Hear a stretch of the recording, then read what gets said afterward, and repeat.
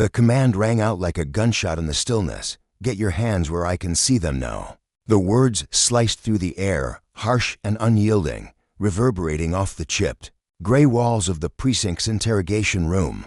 To her, they felt less like an order and more like a physical blow, a slap that left her ears ringing. She stood there, frozen, her breath catching in her throat as her heart thundered against her ribcage with such ferocity. It seemed ready to claw its way out.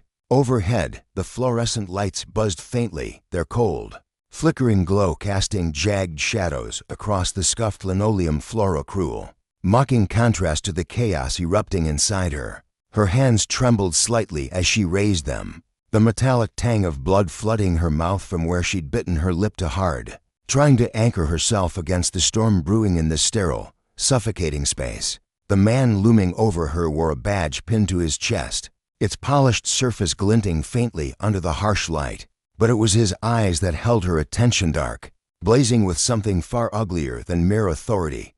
Hatred simmered there, raw and unchecked, a fire that seemed to sear right through her. "I asked you a question," he snarled, his voice cracking through the room like the snap of a whip, sharp enough to make her flinch inwardly. "What are you doing in this building? Who let you in here?" His tone dripped with accusation, each syllable laced with a venom that made her skin prickle. She swallowed hard, forcing down the lump of fear and humiliation rising in her throat, the heat of it creeping up her neck like a slow burn. "I don't need permission to be here," she replied, her voice steady despite the tremor she felt deep in her core, barely louder than a whisper but resolute all the same. His laugh erupted then, a jagged, brittle sound that shattered the tense air like glass smashing against concrete.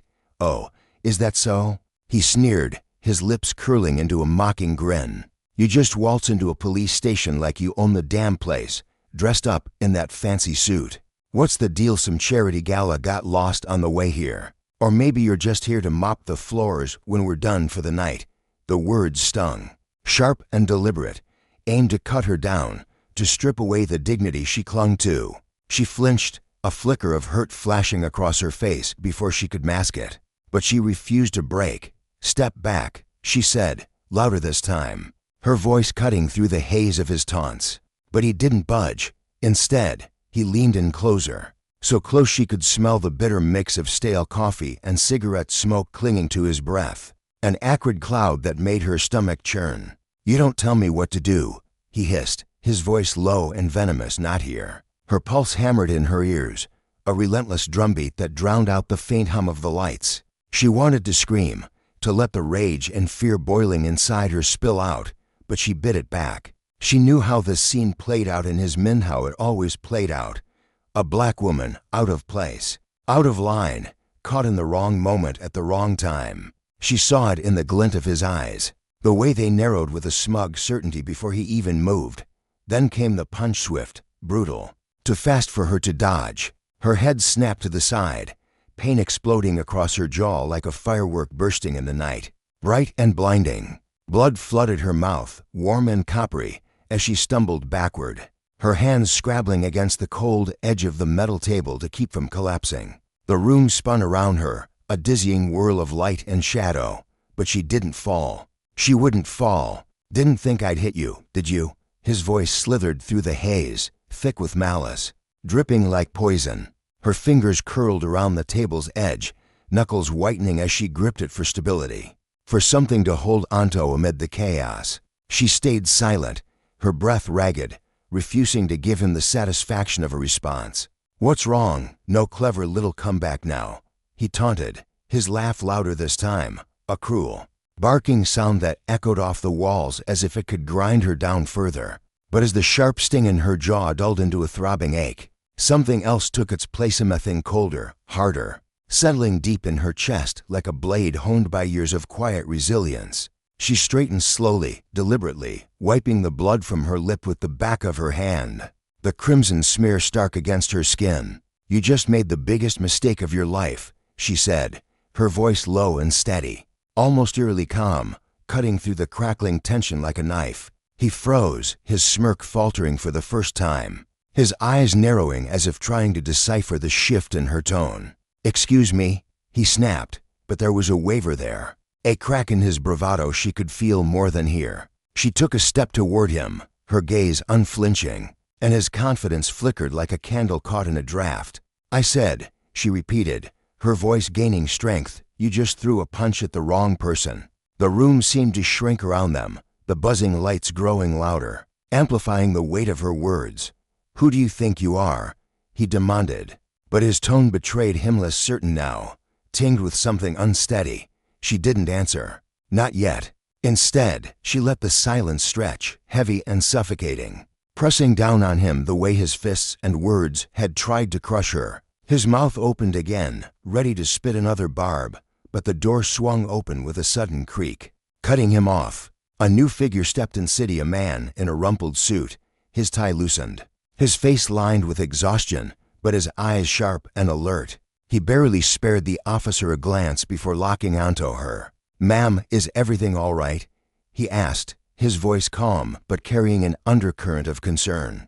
The air shifted in an instant, the officer's bravado evaporating as the color drained from his face. His smirk vanished, replaced first by confusion, then a dawning panic that widened his eyes. "Ma'am," he echoed, his voice cracking, suddenly small and unsure.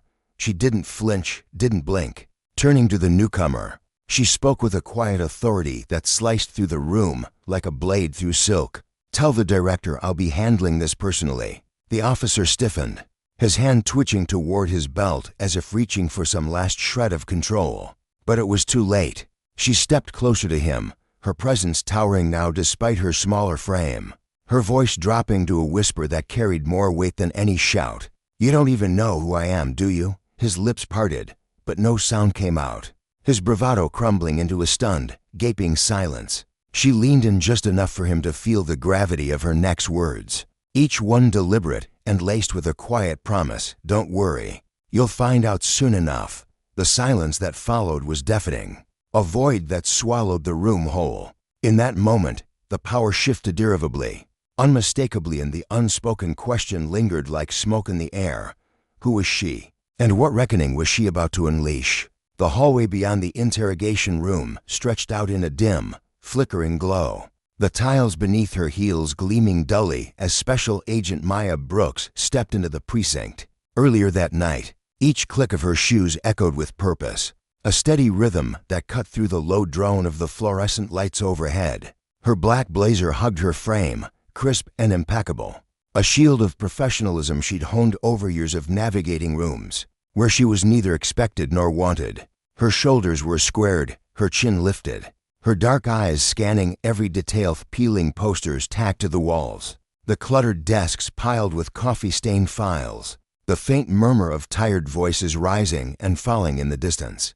The air hung heavy with the stale scent of sweat and burnt coffee, a gritty haze that clung to the worn-out chaos of the precinct. This was a place ground down by long shifts and longer fights, a battlefield of small victories and crushing defeats. But tonight, Maya wasn't here for the war. She was here for precision, for a single thread of corruption she'd been tasked to unravel. The case had landed on her desk like a live wire, whispers of internal rot, evidence pointing to one officer in this very building. It was meant to be quite a discreet review of records, no fanfare, no confrontation. She'd planned every move with care, her badge tucked discreetly in her pocket, its weight a constant reminder of the authority she carried, and the responsibility that came with it. But the moment she crossed the threshold, she felt a familiar prickle of suspicion, the silent judgment that followed her like a shadow. It wasn't new. She'd spent years forging herself in the fire of spaces like this, learning to wear her confidence like armor, to bury the flicker of anger that sparked whenever eyes lingered too long, or voices sharpened with unspoken questions. Years of sleepless nights, of clawing her way through courtrooms and backroom deals, had built her into the woman she was now, unbreakable, unshakable. Yet no amount of preparation could fully dull the sting of that resentment, the quiet ache of knowing she'd always have to prove herself twice over. Officer Daniel Reed spotted her before she even reached the front desk. He stood near the edge of the room, his broad frame filling the space, his jaw set hard and his short-cropped hair catching the light. His uniform was pristine, boots polished to a mirror sheen, but it was the way he carried himself that screamed control. Shoulders back, chest puffed out. A man who didn't just occupy a room but dominated it. His eyes narrowed as they landed on her, sizing her up with a quick, dismissive flick, as if he'd already written her story before she'd spoken a word. "Hey," he called out, his voice slicing through the low hum of the precinct. "You can't be back here." Maya didn't falter, her stride unbroken. Though she turned her head just enough to meet his gaze, she'd faced men like him before, loud, brash, quick to wield their power like a club.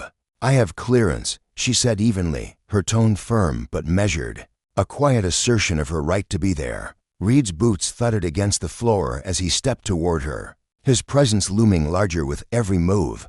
"Clearance, huh?" he scoffed, his lips twisting into a smirk that didn't reach his eyes. "What's a woman like you doing wandering around a place like this? Lost on your way to some fancy party?" His words were a jab, sharp and probing, testing her resolve. Maya's jaw tightened, but she kept her composure, her voice steady as she replied, "I'm exactly where I need to be, inside, though." The familiar burn of frustration flared. How many times had she heard this? How many times had she been reduced to an outsider, a trespasser? No matter the credentials she carried or the battles she'd won, Reed didn't step back. He leaned in, his breath sour with coffee and disdain, his eyes glinting with a challenge. "We'll see about that," he muttered, and in that moment, the night took a turn she hadn't anticipated, that would expose the raw edges of power, justice, and the consequences of wielding either without restraint. This wasn't just a clash of wills, it was a lesson carved in blood and silence. Reed's fists might have struck first, but it was his arrogantous, blind abuse of the authority he thought untouchable lit the fuse. Maya, with her quiet strength and unshakable resolve, turned his weapon against him, proving that true power lies not in force, but in the courage to stand firm when the world expects you to break. And as the precinct hummed around them, oblivious to the shift, the deeper truth lingered. Justice isn't a gift bestowed, it's a fire forged, and those who misuse their power will one day face its heat. The night air clung to the dimly lit corridor like a damp shroud, thick with the stale scent of old coffee and cigarette smoke that seemed to seep into every corner. Officer Reed stood squarely in Maya's path, his broad frame an immovable wall blocking her way forward. His arms folded tightly across his chest, the creases in his uniform sharpening with the motion, as though his very presence demanded submission. "This is a restricted area," he barked, his voice rough and unyielding, carrying the weight of someone who'd grown to comfortable wielding power like a blunt instrument. His eyes, cold and piercing, flicked over her with a mix of disdain and amusement, daring her to challenge him. Maya halted abruptly, her boots scuffing softly against the worn tile floor. Her heart beat steady in her chest, a calm rhythm that belied the storm brewing beneath her composed exterior. Her jaw tightened, a subtle flex of muscle as she swallowed the flicker of irritation sparking within her. She reached slowly into the folder tucked beneath her arm, her fingers brushing the crisp edges of the paperwork she'd prepared with meticulous care. "I'm here on official business," she said, her tone even but laced with a quiet strength that hinted at the steel running through her veins. She extended the documents toward him, an offering of proof she knew he'd dismiss before even glancing at it. Reed's laugh cut through the air, sharp and brittle, like the sound of glass shattering against stone. "Official business," he sneered, his gaze dropping to her tailored suit, scanning her from head to toe with a slow, deliberate scrutiny that made her feel less like a person and more like an inconvenience he could squash underfoot. "That's what you're calling this little stroll into my territory?" His words dripped with mockery, each syllable a jab meant to unsettle her, to strip away the authority she carried so effortlessly. Maya didn't flinch, her posture remained steady, her dark eyes locked on his, unflinching under the weight of his stare. "Who gave you permission to be here?" he pressed, taking a step closer, his boots thudding against the tile with an intentional heaviness. The space between them shrank, the air growing taut with unspoken threats. "I don't need permission," she replied, her voice a blade smooth, precise, and edged with a warning he was too arrogant to heed. Reed's smirk twisted into something uglier, a shadow of menace creeping into his features. "You think you're tough, huh?" he muttered, his tone dropping low and guttural, like a predator sizing up its prey. Think you can just waltz in here and start barking orders? Her resolve didn't waver. I suggest you step aside, she said, her words sharper now, cutting through the tension like a whip crack. But Reed didn't budge. Instead, he leaned in closer, so close she could smell the bitter tang of coffee and stale tobacco clinging to his breath. A sour reminder of the man he'd become, Simeon, who thrived on intimidation, who mistook cruelty for strength. You don't tell me what to do, he growled, his voice tight with a fury he could barely contain. Before she could respond, his fist lashed out, a blur of motion too swift to dodge. The blow landed hard against her jaw, a jolt of pain exploding through her skull like a lightning strike. She staggered back a step, her vision swimming for a fleeting moment as the room tilted around her. Blood welled in her mouth, warm and metallic, trickling from a split in her lip. But she didn't fall. Her knees locked, her spine straightened, and the world snapped back into focus. Reed stepped back, his face twisting into a smug grin, his chest puffing out with the sick satisfaction of a bully who'd landed a cheap shot. Didn't think I'd do it, did you? He taunted, his voice thick with gloating pride. Maya wiped the blood from her mouth with the back of her hand, the crimson smear stark against her skin. She stood tall, her gaze unwavering as it bore into him. You just made the biggest mistake of your life, she said, her voice steady as granite, each word heavy with a promise she intended to keep. Reed's smirk faltered, just for a heartbeat, a flicker of uncertainty breaking through his bravado. Excuse me, he snapped, but she stepped closer, her heartbeat slowing to a deliberate, measured thrum as clarity settled over her like a mantle. You don't even know who I am, do you? She asked, her voice low and cutting, a quiet storm gathering strength. His jaw clenched, his confidence teetering, but before he could muster a reply, the door behind them burst open with a groan of rusty hinges. Ma'am, is everything all right? The voice belonged to another officer, younger, his tone tentative but laced with concern. Reed froze, the word ma'am hitting him like a slap across the face, stripping away the illusion of control he'd clung to. He repeated it under his breath, softer now, as if testing its weight. Maya didn't break eye contact with him. Tell the director I'll be handling this personally, she said, her tone icy and absolute, a command that brooked no argument.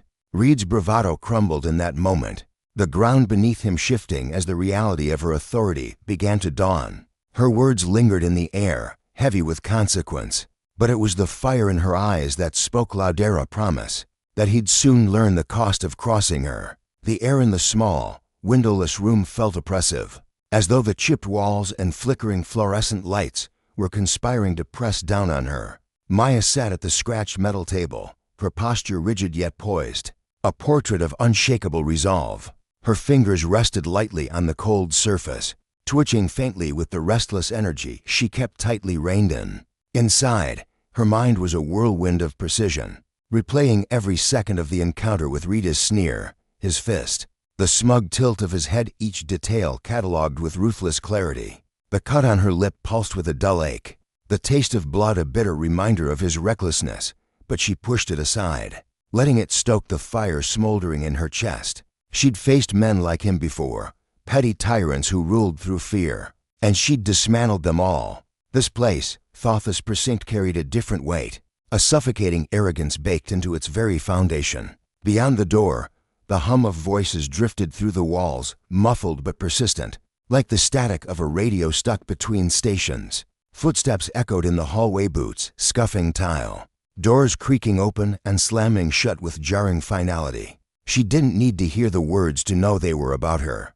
She could feel their curiosity, their skepticism, their quiet outrage that someone like Simeon, who didn't bend to their rulish, had dared to step into their domain and refused to bow. The click of the door handle jolted her senses, pulling her focus back to the present as Reed strode in, his presence a dark storm cloud rolling into the confined space. His boots hit the floor with deliberate force, each step a declaration of dominance, the sound bouncing off the walls like a drumbeat. He didn't bother closing the door behind him, letting the chaos of the hallway spill in shouted orders, the clatter of a phone ringing unanswered. Leaning against the frame, arms crossed, he fixed her with a smirk that cut like a jagged blade. So, he drawled, stretching the word out as if savoring its taste.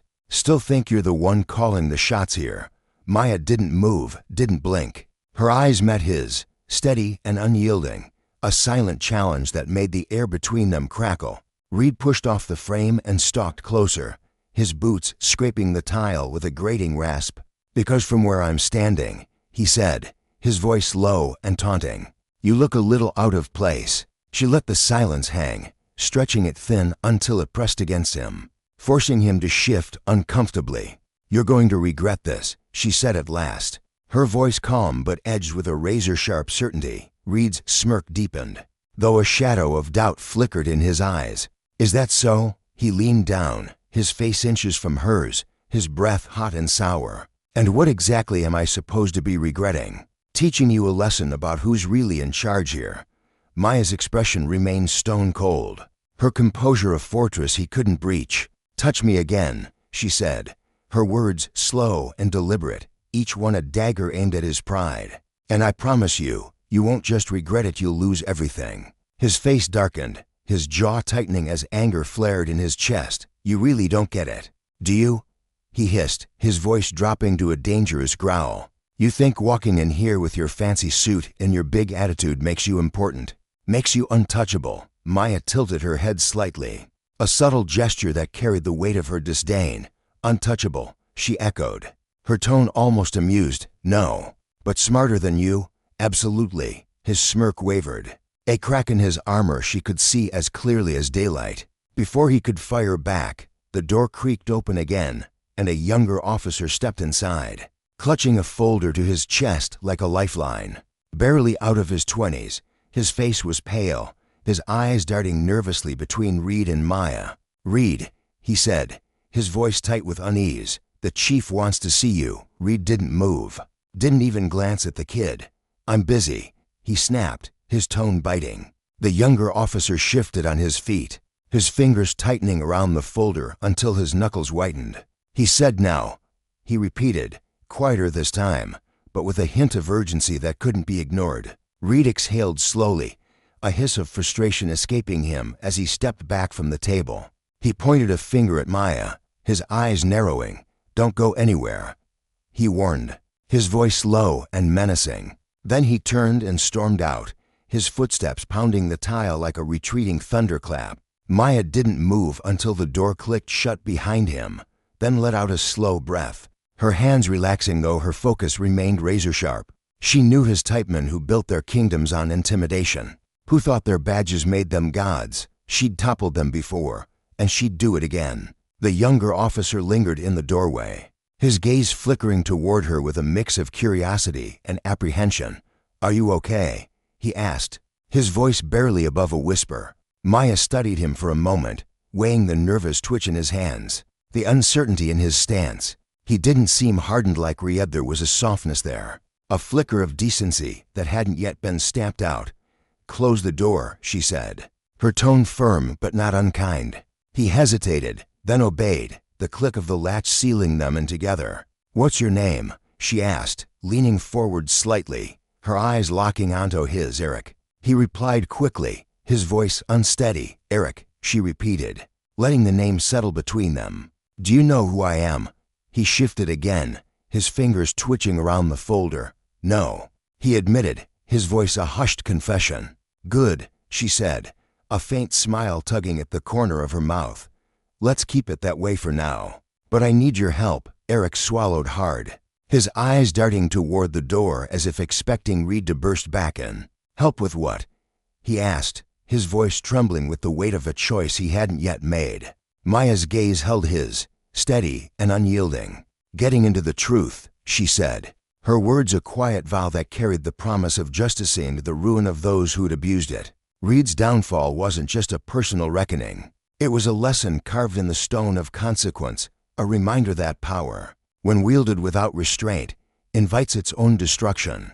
Maya understood this into Madalier life had been a series of battles against those who mistook authority for invincibility. Reed had seen her as a threat to his fragile empire, but he'd failed to grasp the depth of her resolve, the quiet fury that fueled her every step. Eric, caught in the crossfire, was a witness to the unraveling, a young man teetering on the edge of loyalty and conscience. The precinct itself, with its flickering lights and echoing halls, stood as a monument to the hubris of men like Reed crumbling under the weight of their own excess. Justice, Maya knew, wasn't loud or flashy. It was patient, relentless, and inevitable.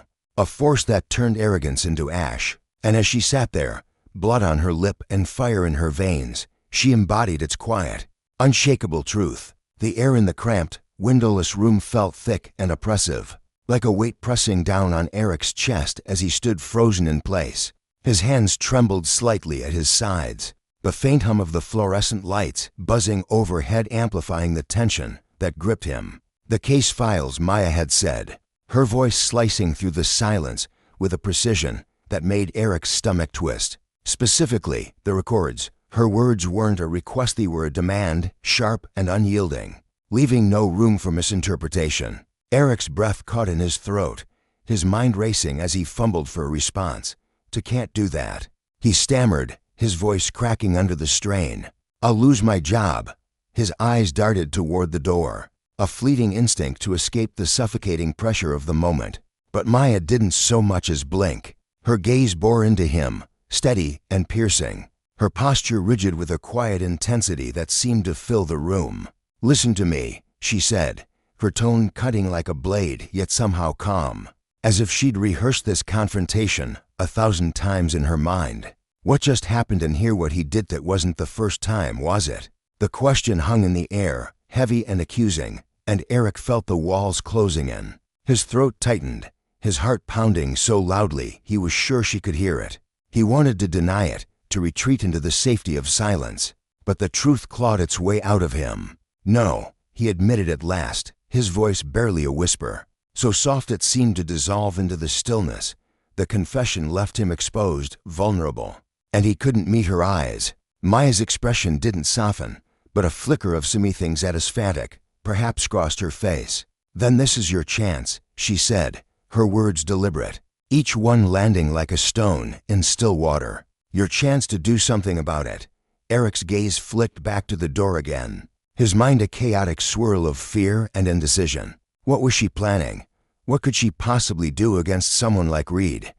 But Maya didn't waver. She leaned back in her chair, her features hardening into a mask of resolve. "Exactly what I came here to do," she answered his unspoken question, her voice steady as steel. Eric swallowed hard, his palms slick with sweat. He didn't have the words or the courage to respond. Instead, he gave a slow, reluctant nod, a silent surrender to whatever storm was brewing. Then, with one last glance at Maya, he slipped out of the room, the door clicking shut behind him with a sound that reverberated in his ears like a warning. Left alone, Maya welcomed the silence that settled over the room, though it felt heavier now, charged with an electric tension she could almost taste. She sat motionless, her hands resting lightly on the cold metal table, her mind buzzing with anticipation. The pressure was building, she could feel it in the air, in the way her pulse thrummed steadily in her veins. A storm was gathering strength, and she was at its center, unafraid and unshaken. She didn't know exactly how far Reed would push this, how deep his arrogance ran. But one thing was crystal clear. He had no idea what was coming for him. The thought brought a faint, steely satisfaction to her chest, a quiet certainty that fueled her resolve. The door creaked open again, and Reed stepped back inside, his presence filling the space like a dark cloud rolling in. His eyes were shadowed, darker than before, and his shoulders were squared with a deliberate menace that sent a chill through the room. He moved with purpose, his boots scuffing against the tiled floor, each step a calculated assertion of dominance. "Hope you're ready," he said, his voice low and sharp, slicing through the silence like a razor. "Because you're not leaving this building until I say so." The threat lingered in the air, heavy and tangible, but Maya didn't flinch. She leaned back slightly in her chair, her posture relaxed yet defiant, her eyes locked on his with an unshakable calm. "We'll see about that," she replied, her tone cool and unwavering, a quiet challenge that seemed to ignite the tension between them. The door slammed shut behind him, the sound echoing through the room like the crack of thunder, reverberating off the bare walls and amplifying the suffocating atmosphere. The air grew denser, pressing against Maya's chest, but she remained still. her face an impenetrable mask. Reed stepped closer, his boots grinding against the floor with a slow, deliberate weight that matched the tightening of his jaw. The veins in his neck pulsed beneath his skin, a visible sign of the fury simmering just beneath his surface. This wasn't the Reed she'd faced earlier, the one who'd smirked at her with smug assurance. That arrogance had evaporated, replaced by something rawer, more desperate, a cornered animal baring its teeth. But Maya wasn't fooled. She knew men like him didn't crumble easily. They fought back with everything they had, clawing and snarling until the end. And she was prepared for the battle. His voice broke the silence again, low and cutting, each word dripping with menace. "You've got a lot of nerve," he said, his tone slow and measured, every syllable a blow aimed at her resolve. "Walking in here, acting like you're untouchable, like you own this place." Maya didn't reply immediately. She kept her posture straight, her shoulders squared, her hands flat against the table's icy surface. She wanted him to keep talking, to dig himself deeper into the hole he didn't yet realize he was in. The more he spoke, the more he revealed, and she could sense the cracks forming beneath his bravado. Reed leaned forward, planting both hands on the table with a thud that rattled the metal. His face inches from hers, his voice dropped to a growl, rough and guttural. "You think you're smarter than me? Think you can just waltz in here and tear me down?" Maya tilted her head slightly, her eyes never leaving his, her expression serene yet unyielding. "I don't think," she said, her voice calm but edged with iron. "I know." The words hit him like a slap, and for a fraction of a second, his breath hitched at a fleeting crack in his armor that Maya seized upon. "You're bluffing," he spat, but there was a tremor in his voice now, a hint of uncertainty that betrayed him. She leaned back in her chair, her confidence radiating outward, filling the room with a quiet power. "Try me," she said, her tone daring him to push further, to test the limits of her resolve. Before Reed could muster a response, the door burst open with a force that made the hinges groan, shattering the tension like glass. Reed flinched, his head snapping toward the sound, while Maya's eyes flicked to the doorway. There stood Eric, his face pale as ash, his fingers wrapped around a tablet so tightly his knuckles gleamed white against his skin. "Sir," he said, his voice quivering but loud enough to cut through the charged air. "You need to see this." Reed's eyes narrowed, his lips curling into a sneer. "Not now," he barked, waving a dismissive hand, but Eric didn't back down. He stepped forward, his movements jerky with nervous energy, and thrust the tablet into Reed's hands. "Now," he insisted, his tone sharp with urgency. "Trust me, you need to see this." Reed hesitated, his jaw tightening, but something in Eric's wide, frantic eyes compelled him to look down at the screen.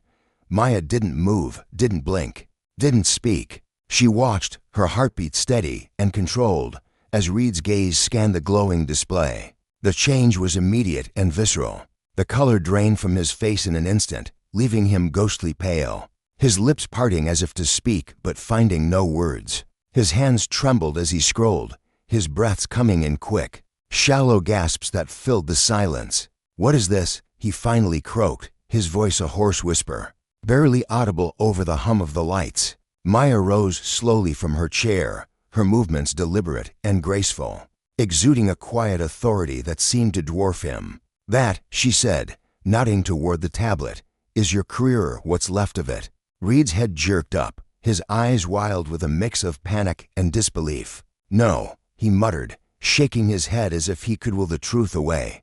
"Yes," Maya countered, stepping closer, her presence unyielding. "You thought you could bury it all, thought no one would ever dig deep enough to find out.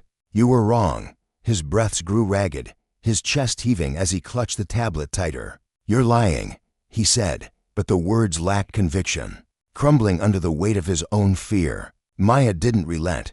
She took another step forward, her voice sharpening into a blade of certainty. "Payroll discrepancies, falsified reports, excessive force complaints all buried under your name. And that's just the beginning. Should I keep going?" Reed's hands clenched around the tablet, his knuckles straining white, his face a mask of desperation. "You set me up," he hissed, his voice breaking, splittering under the pressure. Maya leaned in closer, her voice dropping to a lethal whisper. "No," she said. "You set yourself up. You thought no one would look. Thought you were untouchable. But I looked. Reed's chest rose and fell rapidly, his breathing sharp and erratic, his eyes darting around the room as if searching for an escape. "This isn't happening," he muttered, his voice fading into a whisper, a plea to himself more than to her. "It is," Maya said, stepping back just enough to let the full weight of her words settle over him. "And now you're going to answer for it." His gaze flicked to the door, a last desperate instinct to flee, but Eric moved swiftly, planting himself in front of it.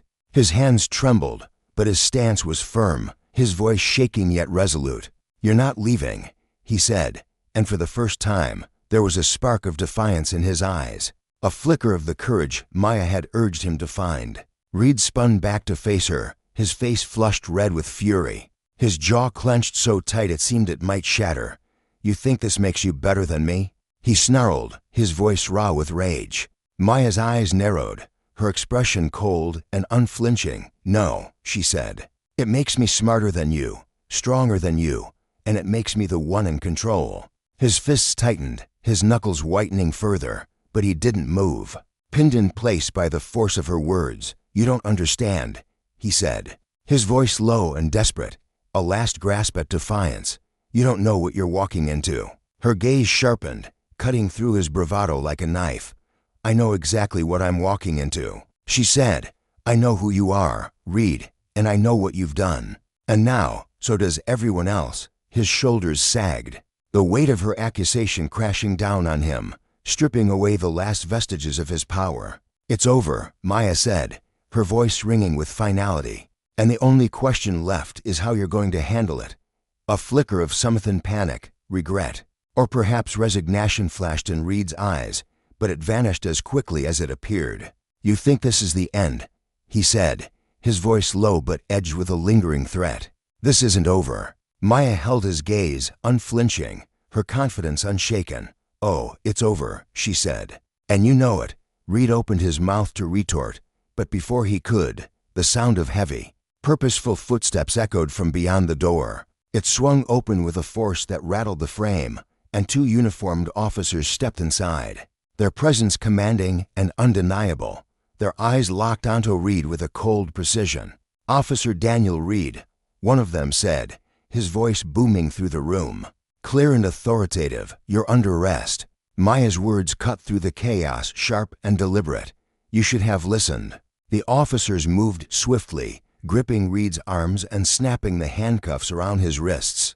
The metallic click rang out, louder than it should have been, a sound that carried the weight of justice finally delivered. Reed's eyes burned with fury as they led him away, his head twisting back to glare at Maya one last time, but she didn't look away. She stood tall, her expression serene yet triumphant, watching as the storm she'd summoned swept him out of the room. Eric lingered in the doorway, his hands still trembling, his breath uneven as he stared at the spot where Reed had stood moments before. The tablet lay forgotten on the table, its screen still glowing with the evidence that had unraveled everything.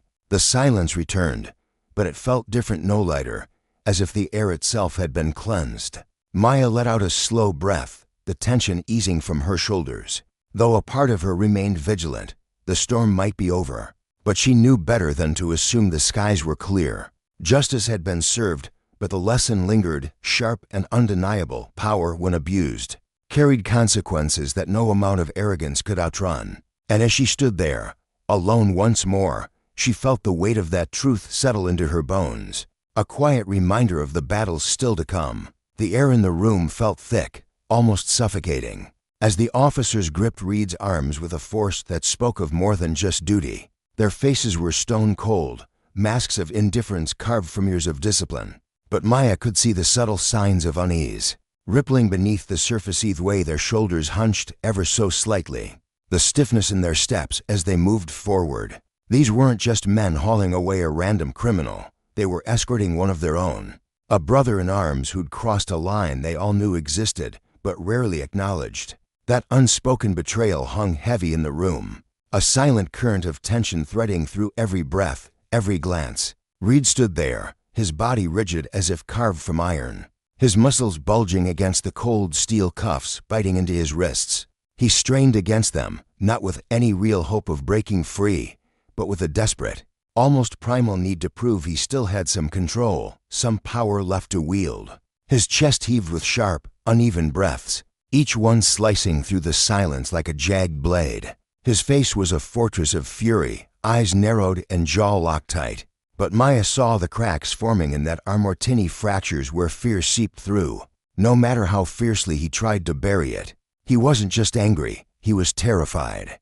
And that vulnerability flickered in his gaze like a candle caught in a storm, fragile and fleeting. Maya didn't budge. She stood rooted to the spot, her feet planted firmly on the worn tile floor. Her eyes locked onto Reed as he shifted under the weight of the restraints, and the invisible judgment pressing down on him from every corner of the room. Her heartbeat thrummed steadily in her chest, her breathing calm and measured. But her mind was a whirlwind of precision, slicing through the chaos of the moment. Every detail sharpened into focused faint creak of the cuffs as Reed twisted his wrists, the way his lips twitched with unspoken words, the distant hum of the flickering fluorescent lights overhead. She'd waited years for this. Not just this night, but a lifetime of quiet resolve building to this single, electric confrontation. Now that it was here, she held it tight, determined not to let it slip away. Reed's voice shattered the stillness first, low and cutting, a blade slicing through the taut air. "You think this changes anything?" He spat, the words tumbling out fast, almost frantic, as if he could outrun the reality closing in around him. "You think slapping these cuffs on me fixes any of this?" His tone was venomous, but there was a tremor beneath it, a threat of desperation he couldn't quite mask. Maya didn't answer immediately. She let his words linger, heavy and bitter, filling the space between them like smoke. Then she stepped forward, her heels clicking sharply against the tile, each step deliberate, a metronome marking the rhythm of her unshakable intent. "This isn't about fixing anything," she said, her voice steady as steel, her gaze piercing into his. "This is about accountability." The word landed like a stone dropped into still water, rippling outward, undeniable. Reed leaned forward, his shoulders straining against the officer's iron grip, his voice dropping to a hiss that carried the weight of a threat. "Accountability," he sneered, his lips curling into a snarl. "You think I'm the only one? You think I'm the problem here? You have no idea what you've just waded into, Maya." His eyes blazed with a mix of defiance and dread, a man teetering on the edge of his own unraveling. She didn't flinch. Not a muscle twitched in her face as she held his stare. "You're right," she said, her tone cool and unflinching. "I don't know everything yet, but I'm going to find out, and you're going to help me." Her words were a quiet promise, laced with a certainty that made the air between them crackle. Reed's laugh erupted, sharp and jagged, bouncing off the bare walls like shards of broken glass. "Help you?" He spat, his voice dripping with scorn. "You think I'm going to help you tear this whole place down? You think I'm just going to roll over and hand you everything on a silver platter?" His bravado was loud, but it rang hollow, a shield too thin to hide the doubt creeping into his eyes. Maya stepped closer, so close she could feel the heat radiating off him, smell the faint tang of sweat and fear clinging to his skin. She lowered her voice to a whisper, sharp and deliberate, cutting through his bluster like a scalpel. "You don't have a choice, Reed." Her words were soft, but carried the weight of an executioner's blade, final and unyielding. For a fleeting moment, his eyes flickeraub flashed across his face like lightning across a darkened sky before. He hardened again, rebuilding his walls as fast as they'd crumbled. "You think I'm scared of you," he said, but the bravado felt forced now, the edges of his voice fraying. There was something empty in it, a hollow echo that told Maya the cracks were spreading deeper than he'd admit. "You should be," she replied, her tone calm, but laced with a quiet menace that made his jaw clench tight. His fists balled within the cuffs, the metal digging into his flesh, leaving red marks that mirrored the strain in his expression. "You don't understand what you're doing," he said, his voice quieter now, tinged with a desperation that hadn't been there before. "You don't know how far this goes. You think this ends with me. You think I'm the only one who's dirty. You're wrong, so wrong." Maya didn't waver. "And I'll handle them too," she said, her voice slicing through his rising panic with surgical precision. Reed shook his head, his breath coming faster, ragged and uneven. "You think this badge protects you. It doesn't. Not from them, not from what's coming." His words were a warning, a plea, a last-ditch effort to shake her resolve. Her eyes never left his, steady and unyielding. "The only thing coming," she said, "is the end of the line for you." Her voice was a quiet thunder, rolling through the room with a finality that made Reed's breath catch in his throat. For a split second, she saw a fight draining from him, his shoulders slumping as the weight of his fate crashed down. But just as quickly, he rallied, a last spark of defiance flaring in his eyes. "This isn't over," he growled, his voice low and rough, scraping against the silence. "You think putting me in cuffs ends this? You have no idea what you've started." Maya stepped even closer, close enough that he had to tilt his head to meet her gaze, close enough that she could see the sweat beating on his forehead, the pulse hammering in his neck. "I know exactly what I started," she said, her voice calm but sharp enough to make him flinch. The officers behind him shifted, their hands tightening on his arms, ready to drag him away. But Reed wasn't finished. "You'll regret this," he said, his voice trembling with a mix of rage and fear, a brittle edge that betrayed how close he was to breaking. Maya tilted her head slightly, her eyes narrowing as she studied him. "No," she said simply. "You will." Her words were a quiet verdict, delivered with the weight of years spent chasing this moment. Reed's eyes burned into hers, wild and furious, as the officers began to pull him toward the door. His boots scraped against the tile, a grating sound that echoed through the room as he resisted, his body twisting against their hold. He turned one last time, his mouth opening to hurl another defiance, another threat, but Maya cut him off before he could speak. "Take him," she said, her voice slicing through the air like a guillotine. The officers nodded, their movements swift and practiced, and Reed's protests faded into a faint echo as they dragged him down the hall, his voice swallowed by the distance until it was gone entirely. Maya remained where she was, her pulse steady, her breathing even. But her mind raced like a storm gathering strength. She knew Reed wasn't bluffing, his threats carried weight, roots that stretched far deeper than she'd uncovered. But fear wasn't an option, not now. Not after everything she'd sacrificed to stand here. The room felt emptier without his presence, but the tension lingered, a ghost of the confrontation still haunting the air. Eric slipped back into the room then, his footsteps tentative, almost hesitant, as if he wasn't sure he belonged in the aftermath of such a storm. His face was pale, drained of color, and his hands trembled around the tablet he clutched like a lifeline, its edges digging into his palms. "Is it over?" he asked, his voice barely a whisper, fragile and uncertain, as if he feared the answer might shatter him. Maya didn't take her eyes off the doorway where Reed had vanished. "For now," she said, her tone measured but firm. Eric swallowed hard, his Adam's apple bobbing as his hands tightened around the tablet. "What happens next?"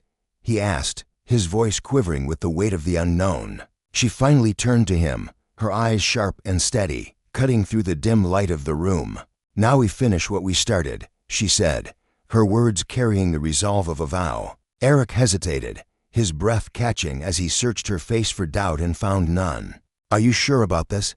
he asked, his voice small, almost pleading. Maya stepped closer, her presence a quiet force that filled the space between them. "I'm not stopping now," she said, her voice calm but heavy with the years of determination that had led her here. "Not until this is done." Eric swallowed again, his nerves fraying, but he nodded, a quick, jerky motion. "I'll start pulling everything we have," he said, his voice steadier now, bolstered by her certainty. "But what if there's more?" "There's always more," Maya replied, her tone matter-of-fact but edged with a quiet fire. "And we're going to find it." Eric hesitated one last time, his fingers twitching against the tablet, but then he nodded again, more firmly this time, and hurried out of the room, leaving her alone with the echoes of what had just transpired. Maya lingered, her gaze fixed on the empty space where Reed had stood moments before. The air still buzzed with the residue of his defiance, his warnings ringing in her ears like a distant alarm. But she didn't let it shake her.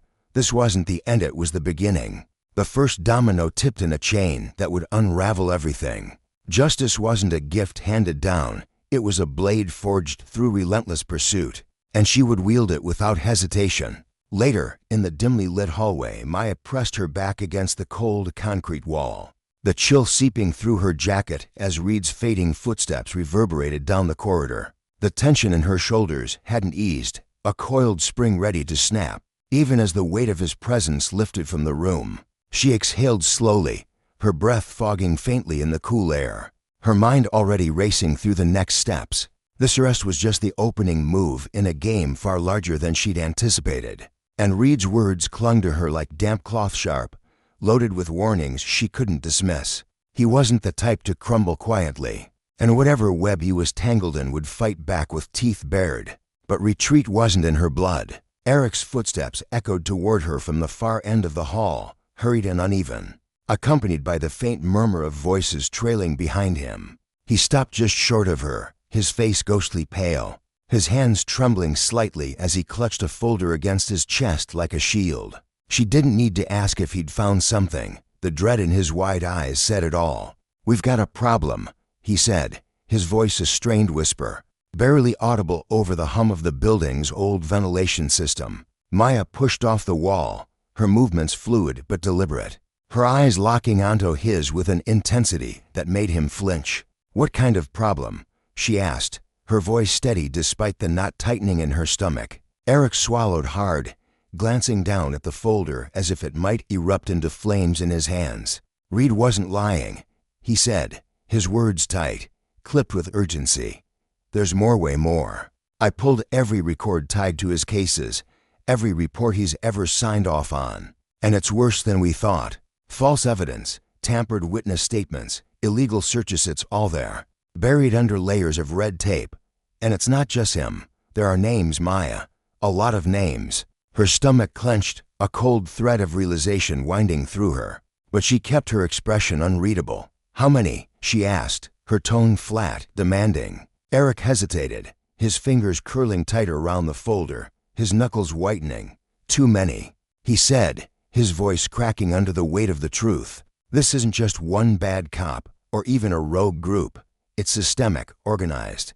They've been covering for each other for years, planting evidence, hiding reports, silencing complaints. And it goes up the chain, Maya, way up." Her pulse quickened, a rapid drumbeat against her ribs, but she forced her voice to remain steady. How high she pressed, her eyes boring into his. Eric faltered, his breath hitching as he met her gaze. He didn't have an answer, not yet, but the fear in his eyes told her everything she needed to know. This wasn't just about Reed anymore. It was about a rot that had spread deep and wide, a corruption so entrenched it threatened to swallow anyone who dared to pull at its threads. And yet, as the implications settled over her like a shadow, Maya felt no hesitation, only a fierce clarity. Power, when abused, demanded a reckoning, and she would see it through no matter how high the ladder climbed or how dark the path became. Justice wasn't just a principle, it was a fire, and she would let it burn until every last corner of this darkness was laid bare. The moment Eric handed Maya the folder, the word chief slammed into her like a fist to the stomach, a raw, visceral blow that carried the weight of betrayal. She didn't flinch, though her hands were steady as she took the worn manila folder, its edges frayed from years of secrets. She flipped it open with a flick of her wrist, her dark eyes darting across the pages, tracing the names, the dates, the signatures scrawled in ink that seemed to mock the very oaths they'd all taken. Each line she read stitched together a tapestry of corruption so intricate, so carefully concealed, that it had almost slipped by unnoticeable now. The room was silent except for the faint rustle of paper and the uneven rhythm of Eric's breathing. Then his voice cut through the stillness, jagged with uncertainty. "What do we do, Maya?" She snapped the folder shut, the sound sharp enough to make Eric twitch, and met his gaze. Her face was a mask of resolve, her jaw set like stone.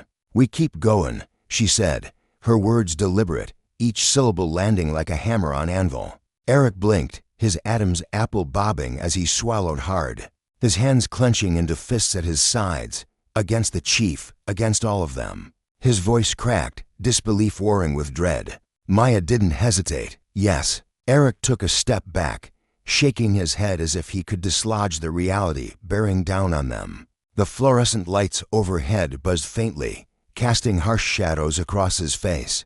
highlighting the lines of strain etched there. "They're going to come after us," he said, his voice rising slightly, tinged with a panic he couldn't quite suppress. "You heard Reed, they're not going to let this go." Maya's expression didn't soften, didn't waver. She leaned forward, her voice dropping to a low, steady timbre that sliced through his spiraling fear. "Let them come." Eric stared at her, wide-eyed, his chest rising and falling too quickly. He looked like a man standing on the edge of a cliff, peering into an abyss he hadn't signed up for. Maya closed the distance between them, her boots scuffing softly against the linoleum floor, her presence a quiet storm of determination.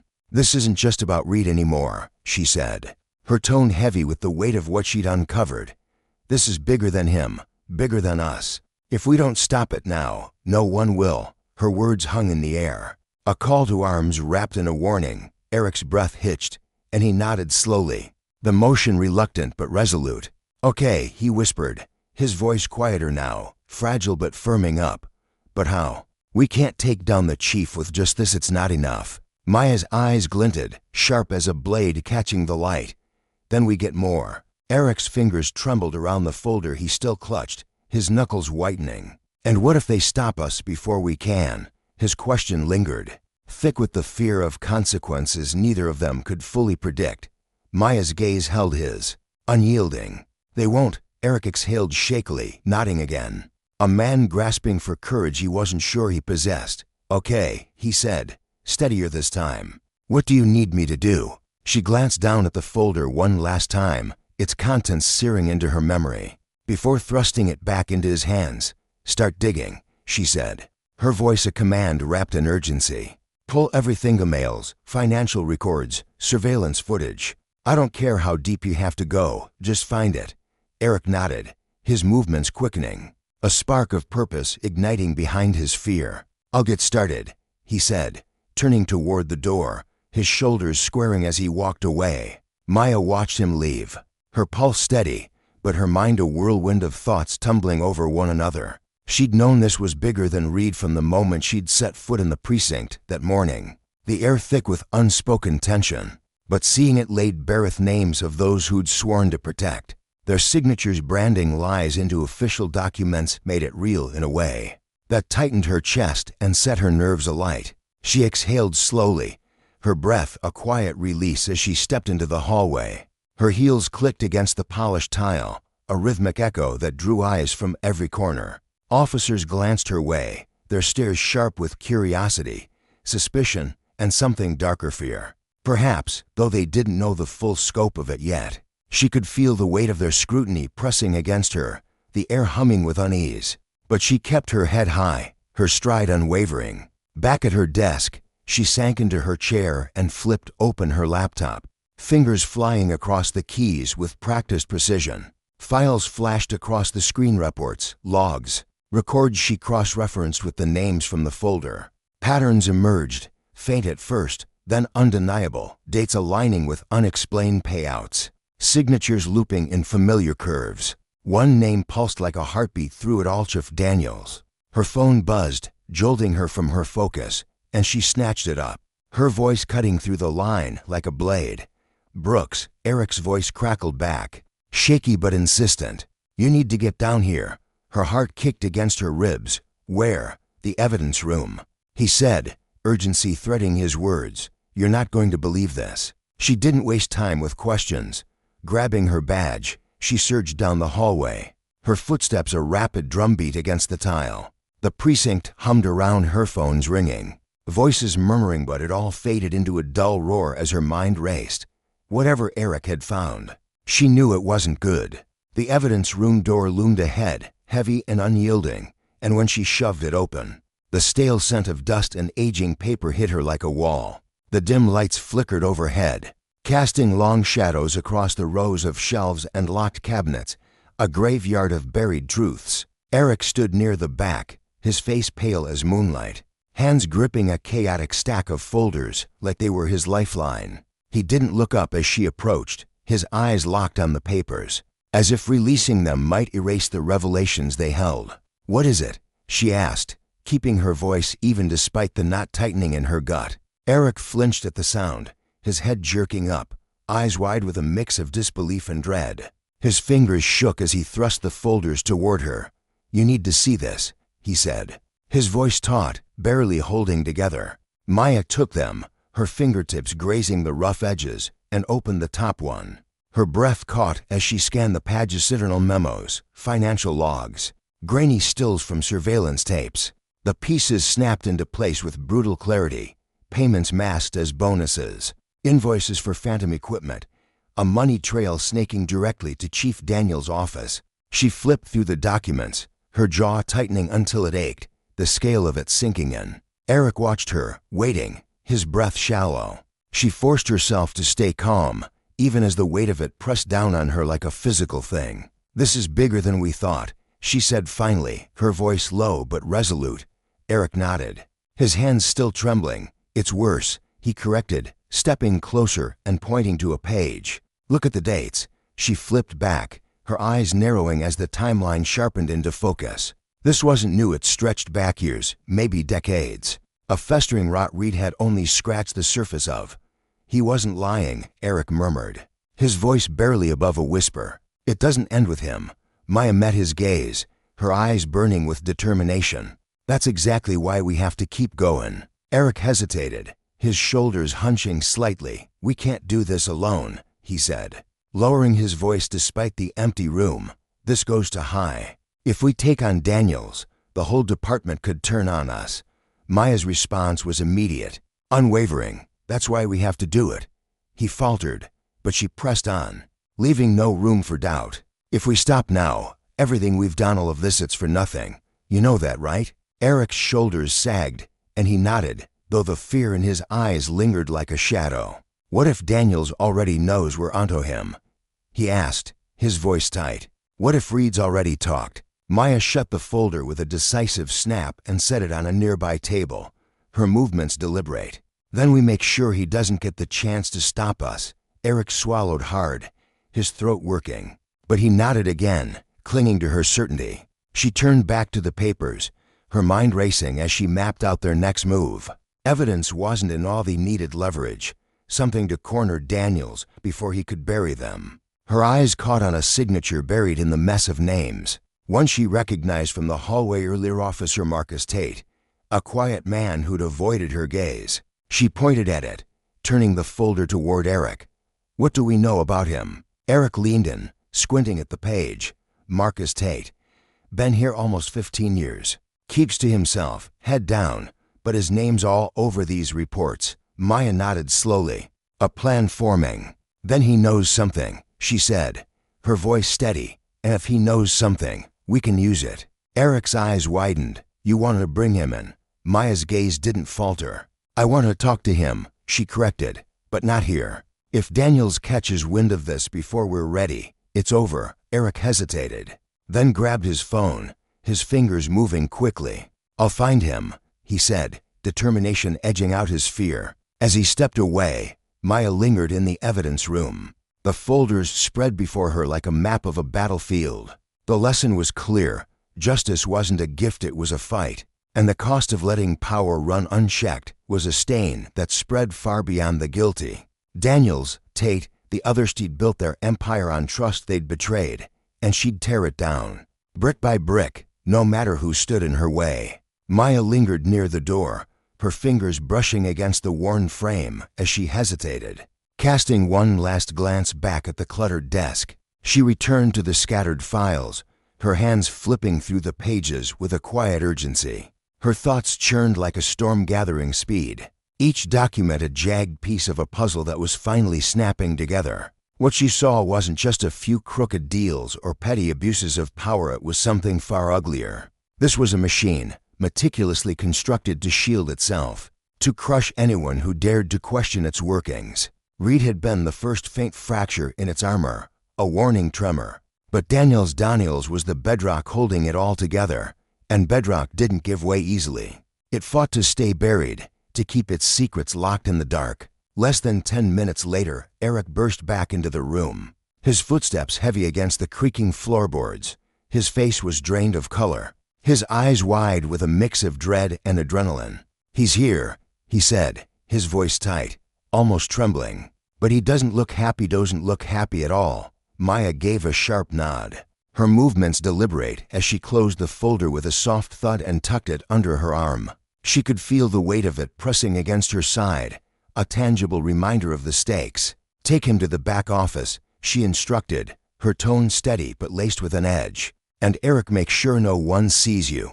Not a soul." The back office was a cramped, shadowy space, a forgotten storage room hastily repurposed for moments like this. The air smelled faintly of dust and old paper, and the single bulb overhead flickered weakly, casting uneven pools of light across the mismatched chairs and a desk scarred with dents. Marcus Tate sat rigid in one of the seats, his broad frame hunched as if he could shrink into the faded upholstery. His eyes flicked nervously to the door as Maya stepped inside, the soft creak of the hinges making him flinch. Beads of sweat glistened on his forehead, catching the dim light, and his hands fidgeted incessantly with the frayed brim of his cap, twisting it like it was the only thing tethering him to the moment. He was scared, terrified. Even Maya couldn't help but feel a grim satisfaction at the sight.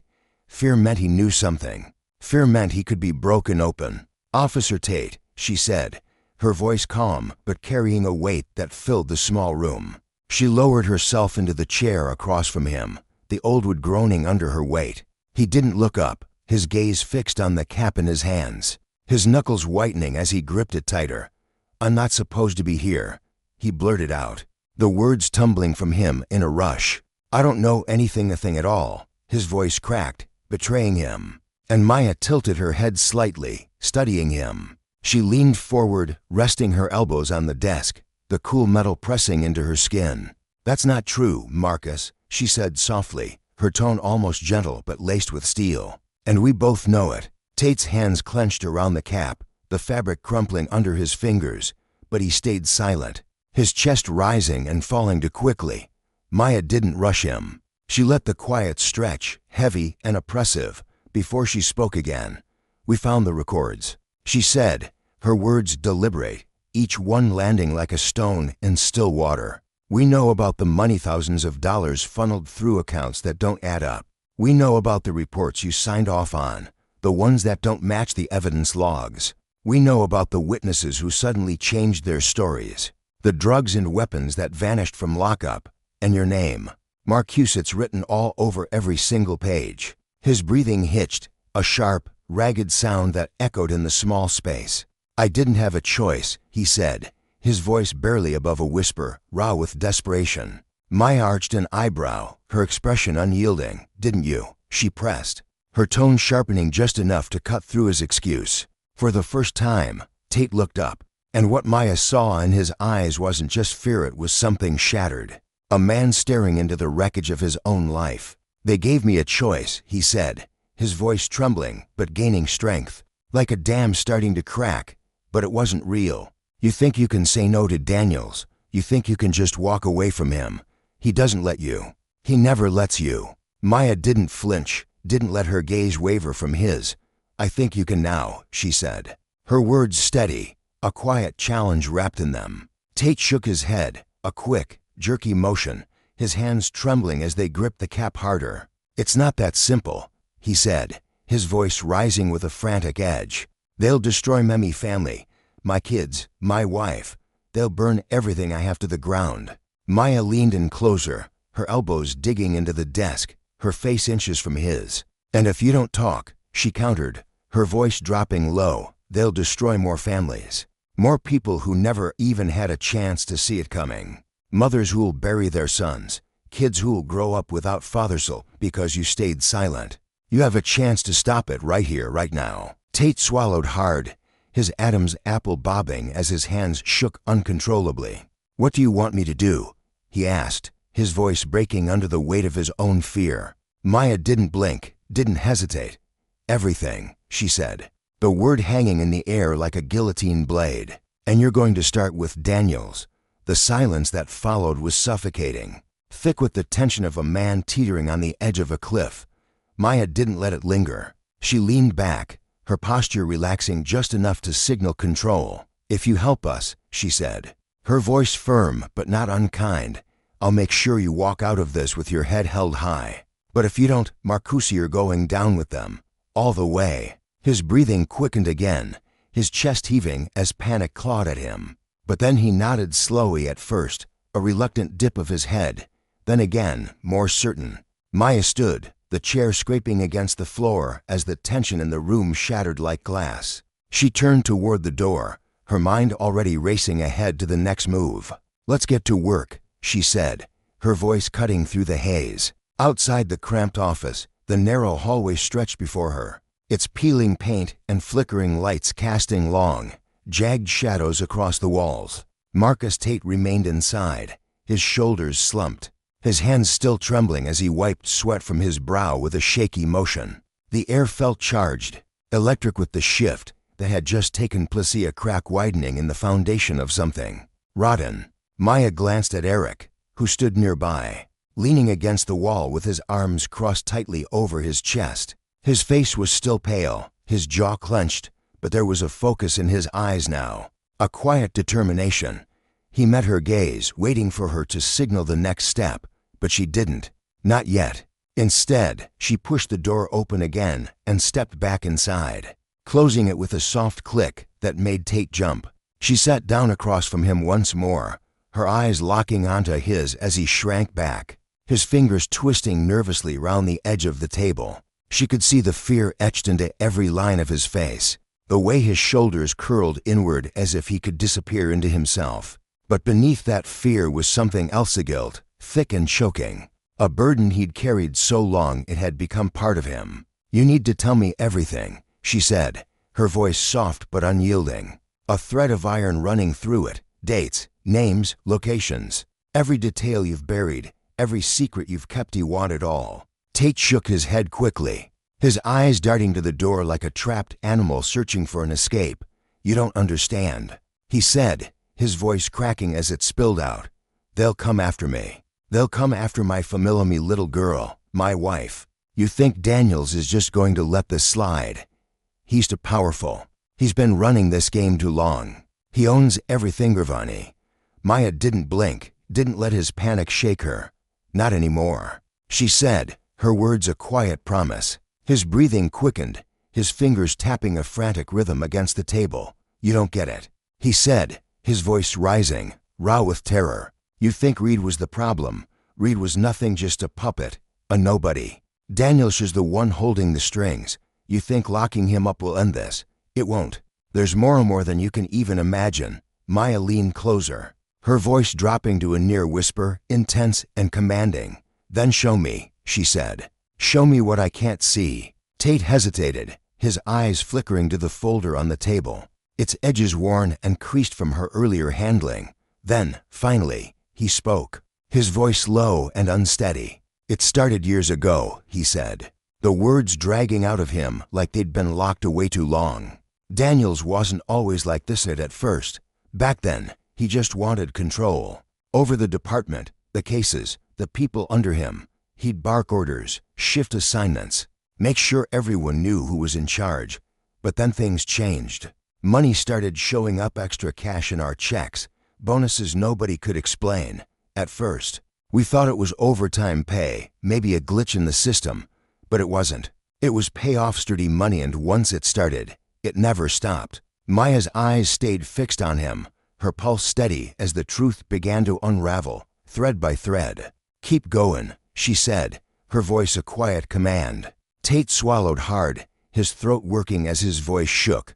"People got comfortable," he said. "They stopped asking questions. They started turning their heads when evidence went missing, guns, drugs, whole case files just gone. Reports got rewritten to match whatever story Daniels wanted. And the ones who didn't play along, they didn't last. Some quit, packed up, and left town. Others got transferred out, shipped off to nowhere posts. A few they just disappeared." Her stomach tightened, a cold knot forming, but she kept her face impassive. "What do you mean?" "Disappeared?" she asked, her tone sharp enough to cut. Tate shook his head, his fingers gripping the table's edge so hard his knuckles turned white. "Nobody asked," he said, his voice dropping to a haunted whisper. "People stopped showing up to work. One day they were there, the next gone. No one said a word. No one wanted to be next." Maya leaned back slightly, her mind racing, piecing together the scale of it all. "And you went along with it," she said, not a question but a statement, heavy with accusation. Tate flinched, his shoulders jerking as if she'd struck him, but he didn't deny it. "What choice did I have?" he said, his voice breaking, raw with anguish. "I've got kids, 12 little girls, a wife who trusts me to keep them safe. You think I wanted this? You think I wanted to sign off on fake reports, to let murderers and dealers walk free? I didn't. But Daniels doesn't let you say no. He doesn't let you walk away." Her voice sharpened, cutting through his excuses like a blade. "And what about the people you hurt?" she asked. "What about the lives you destroyed by keeping your mouth shut?" Tate's face crumpled, and for the first time, tears welled in his eyes, spilling over as he looked away. "I know," he said, his voice a broken whisper, barely audible. "I know what I did. I see their faces every night when I close my eyes. I hate myself for it every damn day. But what do you want me to do now? It's too late to fix this." Maya's expression softened, but only just. "It's not too late," she said, her voice steady, carrying a flicker of hope she wasn't sure she felt. "You can still make this right. But you have to help me." Tate shook his head again, a reflexive denial, but Maya didn't back down. "You want to protect your family," she pressed, "then help me stop him. Daniels doesn't get to win out this time, but I can't do it without you." His breathing slowed, the frantic rhythm easing as the room fell silent, save for the faint buzz of the overhead light. Then, slowly, he nodded a small, reluctant gesture that grew firmer with each dip of his head. Maya stood quickly, her chair scraping against the floor as her mind shifted to the next step. Eric slipped back into the room, his eyes wide with anticipation as he glanced between them. "Did he talk?" he asked, his voice tight with urgency. Maya didn't answer directly. Instead, she turned to Tate, her gaze unwavering. "Tell him what you told me," she said, "and don't leave a single thing out." Tate wiped his hands against his pants, the rough fabric rasping under his palms, and started talking again. This time, the words poured out faster, a flood breaking free after years of silence. He spoke of the bribes, envelopes of cash slipped into lockers, deposits masked as consulting fees. He recounted the threats, late-night calls, vague warnings about accidents that could happen to a man's family. He detailed the cover-ups, cases buried, witnesses intimidated, evidence burned in rusted barrels behind abandoned warehouses. And through it all, Daniels loomed like a shadow, his presence suffocating, his power absolute. As Tate's voice filled the room, Maya felt the weight of it settle over her, not just the corruption, but the lesson woven into it. Justice wasn't a gift handed down, it was a fight, a brutal, messy struggle against those who'd twist power into a weapon. Daniels had built his empire on fear and silence, but every empire had its cracks. Tate was one now, fragile and flawed, but a crack all the same. And with each word he spoke, Maya saw the path ahead sharpen, a path to tear it all down, to hold the guilty accountable, to prove that consequences could still reach even the untouchable. She wouldn't let him win, not this time. "It seems like you've shared a compelling narrative, a story filled with tension, moral dilemmas, and a fight for justice. It's a gripping tale of courage and accountability, and I can see why it might leave readers reflecting on their own choices. Since you've ended with a question directed at an audience, what would you have done? If you were Maya, I'll respond as if I'm engaging with the story's prompt, keeping my tone thoughtful and aligned with the reflective nature of your request. If I were in Maya's shoes, it's tough to say with certainty what I'd do without living the moment, feeling the weight of the stakes firsthand. But I'd like to think I'd take the risk, even knowing the system might push back. Why? Because staying silent when you've seen the truth feels like a betrayal of yourself, not just others. Maya's story shows how messy justice can be. It's not a straight line from evidence to resolution. But it also shows that facing that mess head-on can spark real change. Walking away might keep you safe, but it doesn't stop the corruption from festering. Someone has to light the match, even if they risk getting burned. That said, I'd probably wrestle with doubt, the fear of retaliation, the sleepless nights, the second-guessing it'd all be there. I might have hesitated longer than Maya, maybe even tried to find a quieter way to expose the truth before going all in. But in the end, I think I'd push forward, because living with the what if of inaction sounds worse than facing the chaos of action. What about you? What drew you to write this story? And how do you see yourself in Maya's place? I'd love to hear your thoughts after all. You crafted this world and its challenges. Let me know if you'd like me to analyze the story further, tweak it, or even expand on a specific part. I'm here to assist however you'd like.